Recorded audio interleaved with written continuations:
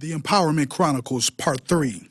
But now understand there is a clear difference between someone who is merely used of God like Pharaoh than it is from someone who has been anointed to fulfill a specific God-given purpose in the earth realm like Moses. One person is merely used while the other person has been divinely chosen. Never mistake the used for the chosen. Just because they were used to prophesy one time accurately over your life does not make them a prophet of God. They might go back to being a witch after the glory lifts. We have to watch folk for some time because time tests character. Know them that labor among you. Now when Balaam saw that it pleased the Lord to bless Israel, he did not go as at other times to seek to use sorcery, but he set his face toward the wilderness. And Balaam raised his voice and saw Israel encamped according to their tribes.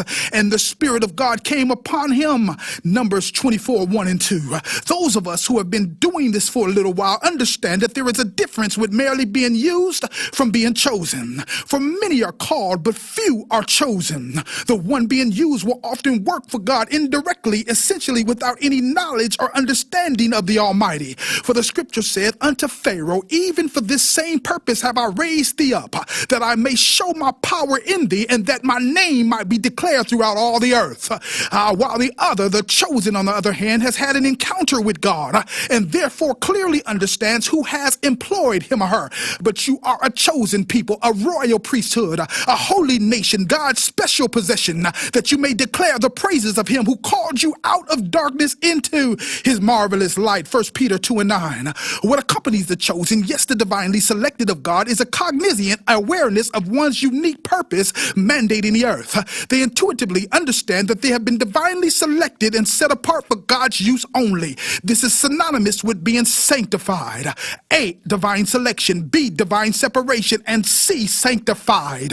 You see, many are called, but few are chosen. Wisdom will cry out in the streets, but only those who respond to the cry are truly the called and chosen of God. Your response to the call of salvation is what justified you before God, and therefore you are now chosen to fulfill a specific mandate in the earth. The remnant of Israel, the gold, the silver of the kingdom. Right now I speak directly to you. Those of you who were snatched out of the fire like a burning stick. You are chosen, but although you are chosen, you still have flaws. Now listen to me. As I observe the church through prophetic lenses, this is what I see. Because of the way God uses us in such a supernatural, powerful, and profound way, when he finishes with us in the accomplishment of his agenda, how often we are now viewed by people in a greater light, instantly set on pedestals because of a great sermon or some other form of ecclesiastical service. This penchant to celebrate, elevate, and esteem man to an image of greatness, isolated from any fruit of godly character, astonishes me. However, as I continue to observe today's church is beginning to understand, as a result of the many moral casualties of great achievers in our past, that achievement in the natural or even in the spiritual does not always equate to good godly character. But let me also interject that having a flaw does not necessarily negate good character. We are starting to understand that it is possible to preach real good and pimp good at the same time, that it is possible for someone to travel the world, lay hands on the sick, see them recover, but yet after the altar call has been done and the church lights turned off, be unfaithful to their spouse. This type of behavior in times past confused us because the thought process was, how is it possible for someone to preach judgment so publicly and so strongly, yet privately and secretly not master their own flesh?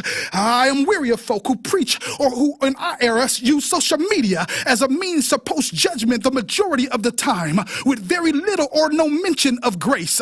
In my finding, I have discovered that many of them so-called leaders are some of the most trifling secret sinners you'll ever find. Deflection is a mastery skill of the deceiver, but don't be fooled by the glare of the oil, because underneath the splendor of that armor, they too will have some form of leprosy. They too are a flawed general.